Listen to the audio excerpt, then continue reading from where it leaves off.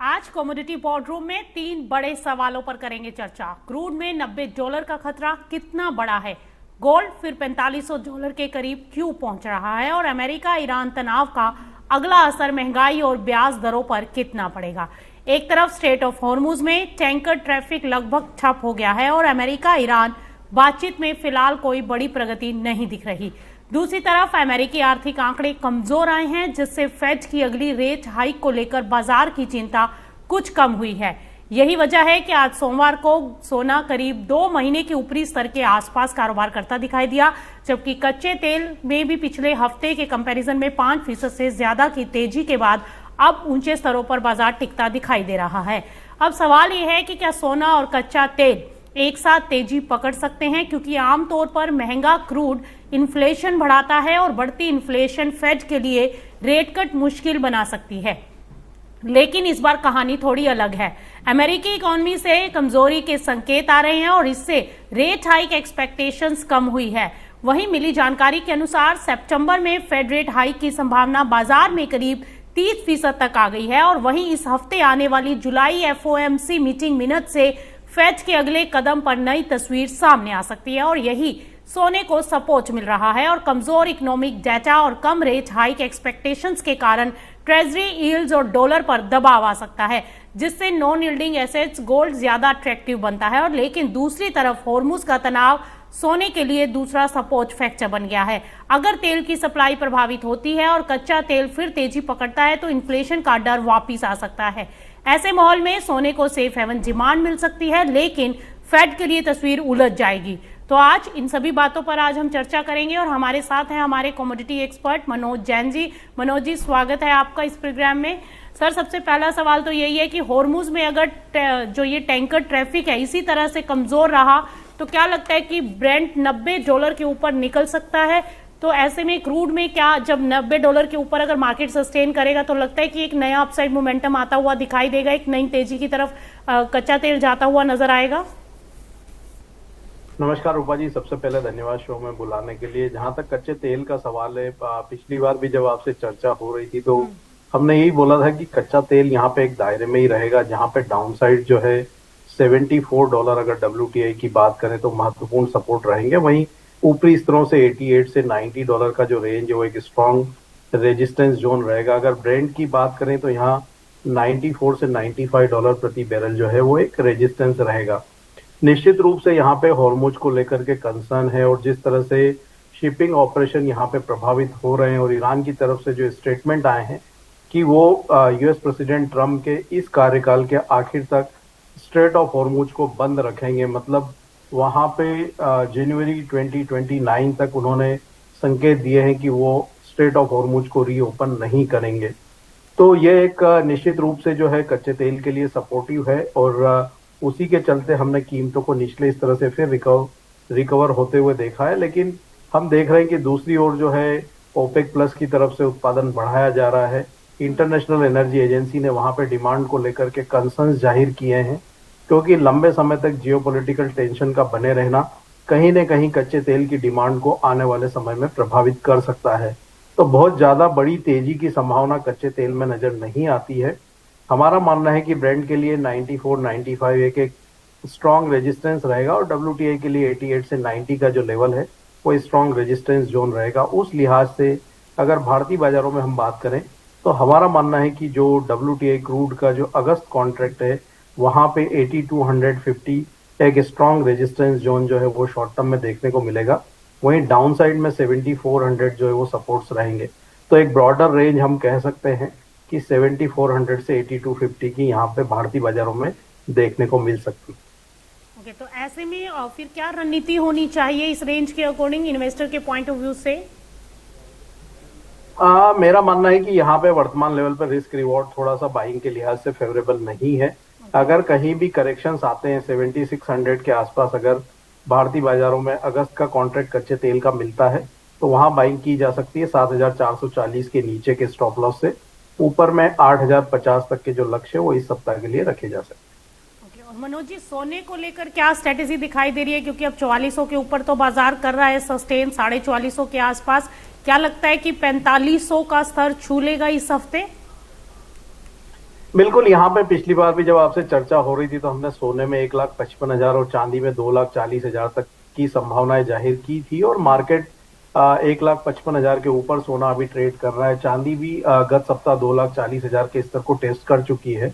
तो हमारा मानना है कि मोमेंटम यहाँ पे पॉजिटिव है। डॉलर इंडेक्स में यहाँ पे जो है ऊपरी लेवल्स पर लगातार रेजिस्टेंस देखने को मिल रहे हैं। यूएस के बॉन्ड की दरें कूल ऑफ होती हुई नजर आई है। जिस तरह से गत सप्ताह हमने यूएस के जो नंबर्स आते हुए देखे इकोनॉमी के, वो चिंताजनक थे और उसको देखते हुए अब लग नहीं रहा है कि यूएस फेड यहाँ पे कोई ब्याज दरों में बढ़ोतरी जो है शॉर्ट टर्म में करता हुआ नजर आएगा। दूसरा, जापानीज येन को लेकर के भी यहाँ पे जो है यूएस फेडरल रिजर्व की चिंता आने वाले समय में बनी रहेगी, क्योंकि अगर यहाँ पे यूएस की तरफ से जापान की तरफ से अगर यूएस ट्रेजरी में बिकवाली होती है तो वो कहीं ना कहीं यूएस के जो बॉन्ड की दरें उनको बढ़ाएगी, लेकिन डॉलर में वहां पे गिरावट देखने को मिलेगी। यूएस के बॉन्ड की दरों का बढ़ना मतलब वहां पे बॉन्ड का कोई बायर नहीं होगा और यूएस का जो डेट है लगभग $40 ट्रिलियन का, हायर बॉन्ड यील्ड पे उसको सर्विस करना भी यूएस फेड के लिए एक चिंता का विषय होगा। तो इन सारी चीजों के मद्देनजर हमारा मानना है कि यूएस फेड अभी ब्याज दरों में बढ़ोतरी के कोई संकेत नहीं देगा और इस सप्ताह जो यूएस फेड की मॉनेटरी पॉलिसी मीटिंग के मिनट्स आना है तो वहां से मार्केट को और भी डायरेक्शंस मिलते हुए नजर आएंगे। लेकिन हमारा मानना है कि सोना इस सप्ताह इंटरनेशनल मार्केट में $4,550 और चांदी की कीमतें यहाँ पे $70 के जो स्तर है उनको टेस्ट कर सकती है। उस लिहाज से भारतीय बाजारों में सोना लगभग 1,58,000 और चांदी की कीमतें 2,48,000 तक के जो स्तर है वो इस सप्ताह टेस्ट कर सकती है। ओके, तो यानी कि अब इन्वेस्टर के पॉइंट ऑफ व्यू से क्या स्ट्रेटेजी होनी चाहिए? वेट करें या फिर थोड़ा, जिन्होंने निचले स्तरों पर, जैसा कि हमने पहले भी डिस्कस किया हुआ है, हम हमेशा, आप लोग जो है जितने भी एक्सपर्ट्स आए सबने 4,000 के आसपास बाइंग की ही रिकमेंडेशन दी थी, तो अभी आप प्रॉफिट बुक करना चाहिए इन्वेस्टर्स को जिन्होंने पोजीशंस ली हैं या फिर थोड़ा सा वेट करें? देखिए, यहाँ पे स्टॉप लॉस को ट्रेल करना जो है सबसे सही रणनीति होगी। जिन्होंने निचले स्तरों पर बाइंग की है वहां पे अब अपने स्टॉप लॉस को ट्रेल कर सकते हैं 1,52,000 के नीचे गोल्ड में और 2,30,000 के नीचे सिल्वर में। जहां तक नई रणनीति का सवाल है तो गोल्ड में 1,53,500 के आसपास अगर मार्केट मिलती है तो फ्रेश बाइंग वहां पे करने की सलाह रहेगी 1,51,800 के नीचे के स्टॉप लॉस से। लक्ष्य वहां पे 1,57,000 और 1,58,000 के रहेंगे। सिल्वर में भी यहाँ डिप्स में 2,34,000 से 2,33,000 की रेंज में बाय करने की सलाह रहेगी 2,29,800 के नीचे के स्टॉप लॉस से और लक्ष्य इस सप्ताह के लिए 2,44,000 और 2,48,000 तक के रखे जा सकते हैं। ओके, तो मनोज जी, नेचुरल गैस आज फिर से लुढ़कती हुई दिखाई दे रही है, 2% से ज्यादा विदेशी बाजारों में लुढ़क चुकी है, तो ऐसे में क्या लग रहा है इस कमोडिटी में, क्या यहाँ पर और गहराती हुई दिखाई देगी गिरावट? $2.5 के नीचे जाता हुआ दिखाई देगा, क्योंकि अभी $2.65 के आसपास हम इसको देख रहे हैं। देखिए, यहाँ पे नेचुरल गैस में बिल्कुल अभी डिमांड को लेकर के कंसर्न्स बने हुए हैं और उसी के चलते हम देख रहे हैं कि ऊपरी लेवल्स पे कीमतें सस्टेन नहीं हो रही है। भारतीय बाजारों में भी हमने एक पुलबैक जो है गत सप्ताह आते हुए देखा था, लेकिन कीमतें सस्टेन होती हुई नजर नहीं आई। हमारा मानना है कि यहाँ पे 251 एक इमीडिएट सपोर्ट है नेचुरल गैस के लिए भारतीय बाजारों में। अगर कीमतें इस सपोर्ट लेवल को ब्रेक करती है तो फिर वहां पे 244 से 240 का जो रेंज है वो रीटेस्ट हो सकता है। यहाँ पे एक रेजिस्टेंस जो है 262 पे रहेगा, तो जब तक कीमतें 262 के स्तर के ऊपर सस्टेन नहीं होती है बाइंग से दूरी बनाने की सलाह रहेगी। अगर किसी की शॉर्ट की पोजीशन है तो 251 के आसपास वहां पे मुनाफा वसूली की जा सकती है। तो बेस मेटल में मनोज जी क्या लग रहा है? आज तो कॉपर अच्छा परफॉर्म करता दिखाई दे रहा है ओवरऑल बेस मेटल पैक में देखें तो। क्या लगता है कि इस हफ्ते कॉपर अपनी चमक बिखेरता हुआ दिखाई देगा? क्या यहाँ पर कोई बाइंग अपॉर्चुनिटीज दिखाई दे रही हैं इन लेवल्स पर? देखिए, ओवरऑल बेस मेटल पे बेहतर करता हुआ दिख रहा है। सप्लाई को लेकर के कंसर्न्स लगातार बने हुए हैं और हम देख रहे हैं कि यहाँ पे जो एलएमई के वेयरहाउस स्टॉक्स है वो लगातार जो है कम होते हुए नजर आ रहे हैं। स्पेशली अगर कॉपर की बात करें तो वहां पे रिकॉर्ड लोअर लेवल्स पे जो है एलएमई के वेयरहाउस स्टॉक्स पहुंच चुके हैं। सप्लाई को लेकर के लगातार जो है चिंताएं बनी हुई है। हमारा मानना है कि कॉपर में यहाँ पे 1389 एक रेजिस्टेंस था जिसको मार्केट ने ब्रीच किया है और एलएमई पर भी जो कीमतें हैं वो $14,000 के ऊपर सस्टेन होती हुई दिख रही है। तो यहाँ पे कॉपर में भी 1390 से 1380 का जो रेंज है वो बाइंग के लिहाज से एक अप्रोप्रिएट रेंज है। अगस्त कॉन्ट्रैक्ट की अगर बात करें, स्टॉप लॉस वहां पे 1366 के लगा करके लक्ष्य ऊपर में 1408 और 1420 तक के इस सप्ताह के लिए रखे जा सकते हैं। एलएबी में हमारा मानना है कि कीमतें फिर एक बार $14,700 के जो स्तर है इस सप्ताह टेस्ट कर सकती। ओके, तो ओवरऑल देखा जाए तो मनोज जी क्या लग रहा है कि नॉन एग्री पैक में ऐसी कौन सी कमोडिटी हो सकती है जिस पर आज पोजीशन ले लें और एक हफ्ते में अच्छा मुनाफा आता हुआ दिखाई दे? क्या लग रहा है ऐसा कोई स्ट्रेटेजी ऐसी बनती हुई दिखाई दे रही है? देखिए यहाँ पे बेस मेटल पैक में कॉपर बेहतर लगता है, जिस तरह से यहाँ पे ब्रेकआउट देखने को मिला है और जो सप्लाई को लेकर के कंसर्न से एलएमई वेयरहाउस स्टॉक्स में लगातार गिरावट है, तो इस सप्ताह के लिए अगर बेस मेटल में कॉपर में 1390 से 1380 की रेंज में रणनीति बनाएंगे बाइंग की, 1366 के नीचे के स्टॉप लॉस लगाकर ऊपर में 1420 तक के लक्ष्य यहाँ पे इस सप्ताह देखने को मिल सकते हैं। तो नॉन एग्री पैक में कॉपर का जो आउट परफॉर्मेंस है इस सप्ताह भी जारी रह सकता है। ओके, तो चलिए अब रुक कर लेते हैं एग्री कमोडिटीज का, क्योंकि एग्री कमोडिटीज में भी काफी उठापटक देखने को मिल रही है और हल्दी आज वापस से रिकवरी के मोड में नजर आ रही है और 2.2% की तेजी के साथ कारोबार करती दिखाई दे रही है। मनोज जी क्या लगता है, हल्दी अगस्त वायदा तो 19,700 के आसपास से वापस लौट गया तेजी की तरफ, और अगर अक्टूबर वायदा की बात करें तो वो 20,684 के आसपास से वापस आता दिखाई दिया है। तो ऐसे में क्या लगता है अगर अक्टूबर वायदा की बात करें, क्योंकि 20 अगस्त वाला तो अभी एक्सपायरी के बेहद करीब, और अक्टूबर वायदा में क्या लग रहा है कि क्या लेवल जो है वो देखने को मिल सकते हैं? क्या बाइंग अपॉर्चुनिटी अभी भी है हल्दी के अंदर? अगर 21,120 के ऊपर कीमतें सस्टेन होती है हल्दी अक्टूबर वायदा की, तो फिर से हम एक बार वहां पे 22,000 से 22,500 जो इस सप्ताह हल्दी में आते हुए देखेंगे। तो 21,120 एक ट्रिगर पॉइंट है, उसके ऊपर नजर रखने की सलाह रहेगी। और हमारा मानना है कि 19,800 इस सप्ताह के लिए हल्दी अक्टूबर वायदा में एक मजबूत सपोर्ट रहेगा। तो अगर बाइंग की पोजीशन है तो 19,800 के नीचे का एक स्ट्रिक्ट स्टॉप लॉस मेंटेन करके चलना चाहिए।